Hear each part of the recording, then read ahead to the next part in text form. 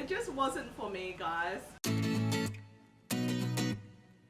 Hi guys, this is Jean from Happy Indulgence, and today I'm going to be talking about why Kingdom of Ash disappointed me, and this is going to be a salty review filled with spoilers. Sorry, not sorry. So if you enjoyed Kingdom of Ash or you haven't read it yet, just a warning, this is going to go deeply into what happened throughout the books, so I'll let you guys click away if you haven't yet. But if you have, oh boy, do I have a discussion for you guys. It took so long to read this book. It was the longest book that I've read all year. It's almost 1,000 pages. Oh boy, it was such a long, repetitive bore. So I'm going to go into the reasons why it disappointed me. I know a lot of people love this book and love this series, and if you did, I don't hold it against you, but I hope you can respect my opinion as well, because these are just my personal thoughts on the series, which you may or may not share. First of all, how long, repetitive, and boring was it? Oh my gosh, it's 1,000 pages and not much actually happens in those 1,000 pages. And I felt like I wasted my time trying to get to the end, and it also took me 3 weeks, and it sent me into a massive reading slump, not because the book was good, but because it's just spent so long trying to get to the point. I think a good 500 pages could have been cut out of it and you'll still get the same amount of substance. The alien torture scenes were so repetitive. Oh my gosh. I think I counted and it went till page 300. 300 is the average size of most YA novels, so why would I want to read the same thing about Maeve torturing Aelin over and over again, and oh my god, poor Aelin, and then she's getting healed, and then Khan is so evil and he's enjoying it, and then poor Fenris has to watch Aelin getting tortured and he doesn't like it. Oh boy, surprise surprise, I wonder what's going to happen. Is he going to be helping Aelin escape? I think so. And oh come on, we did not need 300 pages of that crap. It was just so boring. I actually started skipping Aelin's point of view because it was just going to be the same thing over and over again. That actually really slowed down the start of the book.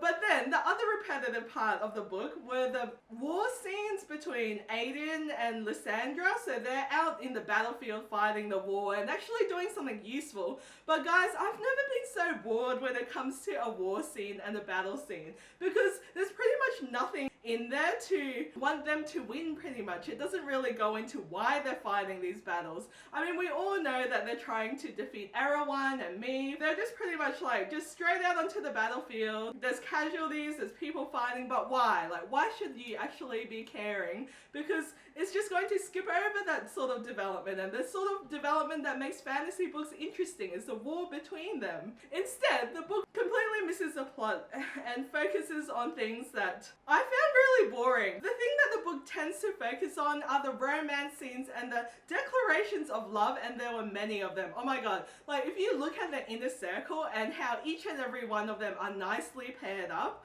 and how they nicely end up happily ever after. Oh my gosh, it just does my head in. This is a hill that I'm willing to die on. It's that Sarah J Maas is primarily a romance author and not a fantasy author, because if you think this is going to be an epic all-out fantasy book, it really isn't. And I can't say just how disappointed I am, because I have invested a large chunk of my reading time and a large chunk of my life, let's be frank, to the Throne of Glass books, and I thought this was going to be a book about assassins and about fantasy and about armies. Instead, it's a book about your true mate and about mating bonds and about love and declarations of love. If I knew this was going to be a totally vanilla marshmallow romance, I probably wouldn't have picked it up to begin with. How can you have a fantasy world, an epic fantasy world with people from all different nations and all different lands and terrains, and have them all be totally vanilla and white? What sort of diversity is that? I just can't even picture a fantasy world where everyone is white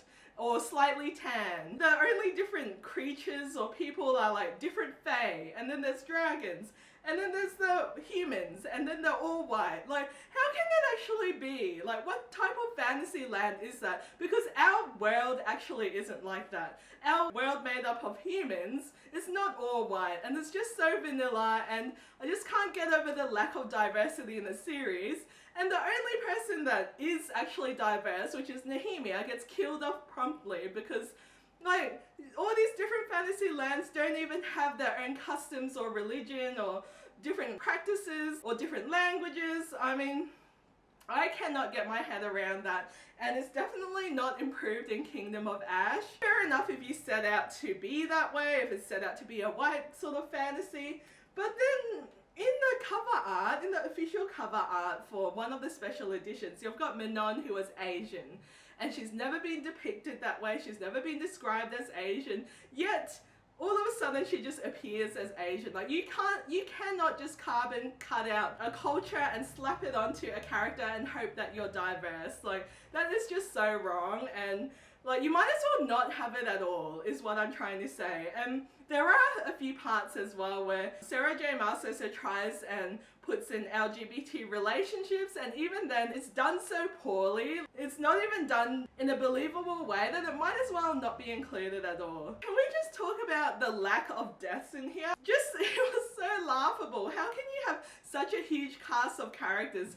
and only have like the most minor character die after a huge all-out war with apparently heaps and heaps of casualties, and all the evil people die but no one in the inner circle actually dies? The best scene in the whole book was to do with Manon and the 13, and when Asterin actually flies in and sacrifices herself, like, that was probably the best scene in the whole book. And if Manon has a spin-off, because she deserves one, I would totally read that. But I don't trust in Sarah J. Maas's writing after this, because I know she's not going to take risks with the characters that she's built up. I know she's not going to kill off anyone that actually matters, because everyone is going to end up with their one true love and happily ever after, and it's just so predictable. I mean, if no one I care about is going to die for no good reason, there's going to be lots of false starts. Now you know that that's what she likes and that's what she prefers, and I don't know if I'll ever trust anything that she ever writes again, because she doesn't take risks, and that's just that. I mean, there's also Gabriel, but to be honest, who cares? Like, he's so minor, it doesn't even matter.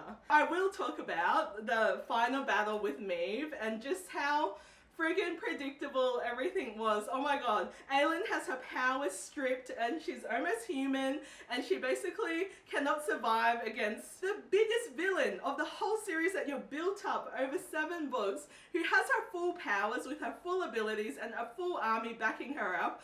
But then you've got Aelin and like 3 or 4 of her soldiers, who are males by the way, protecting her. And of course they're going to win, because good will always prevail in these Sarah J. Maas books. She has no powers. Like, how is that? No one even gets hurt, except for, you know, poor Fenris, but no one actually gets hurt, no one dies, and it's just boring. It's just about love, it's just about romance and the mating bond, and it just crosses over with Akatar series, which I hated. Speaking of final battles and how easily won, oh my god, Yrene, she just comes in as a completely new character, you know, from the Tower of Dawn series, and she just kills Erewhon just like that. I mean, there's no resistance or whatever. How overpowered are these guys? Like, it's just going to be no struggle at all. I mean, the final war was probably like about this big out of the whole series. There's so much build up. It's just anticlimactic. It's repetitive. I think I would have liked this book a lot more if it was maybe half its length, and if maybe more happened and there was more diversity. Okay, well, the diversity aside, because it's not set out to be a diverse novel, but maybe if it was less about romance, more about war. Actually, let's just say it should be a completely different novel, and I would have liked it. But I'm kind of sad I spent such a long time on this series, because I expected a lot more out of it, and yeah, I think I'm pretty much done with Sarah J. Maas books at this point. Anyway, those were my brief thoughts on why Kingdom of Ash disappointed me. I ended up giving it 2 stars. Felt like I really wasted my time on it, guys. Let me know what you think about my thoughts in the comments down below. Give me a thumbs up if you enjoyed this video, and subscribe if you'd like to see more. Thanks guys, I'll see you guys next time. Bye.